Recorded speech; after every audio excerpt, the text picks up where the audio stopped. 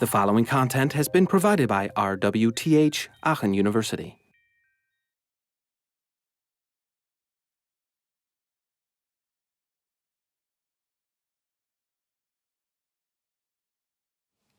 To summarize for today, we've talked about mappings.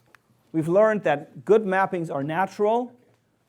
They use, for example, spatial analogies. This was the most obvious one. Up means up. They can use perceptual analogies like the voodoo principle or biological and cultural ones. We've talked about constraints. Constraints are the twin brother of affordances.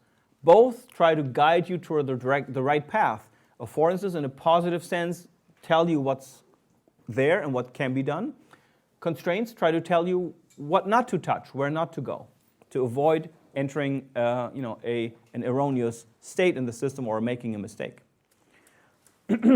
We've seen again there are physical constraints and extreme ones like the forcing functions of those, but there are also semantic, logical, and cultural constraints. Remember, constraints are not a bad thing, right? They sound negative, but they're a good thing if they keep you from making mistakes. However, they will also make certain things harder. And sometimes there might be a use case where the constraint might actually get in the way of the usability. So it's something to keep in mind and think about as you apply them as a design principle. And then finally, we looked at the 7 stages of action.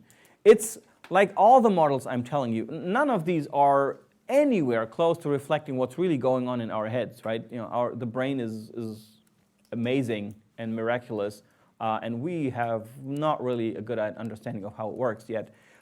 So all the models that I will present to you are engineering models, where the point of them is use them. If you follow the guidelines that the model results in, you will get to something that will work in your engineering solution.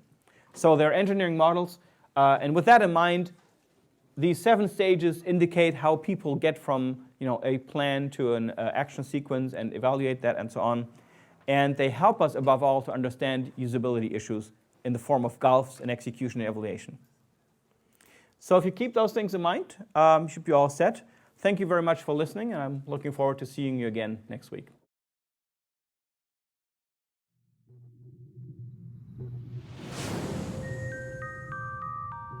This content was provided by RWTH Aachen University.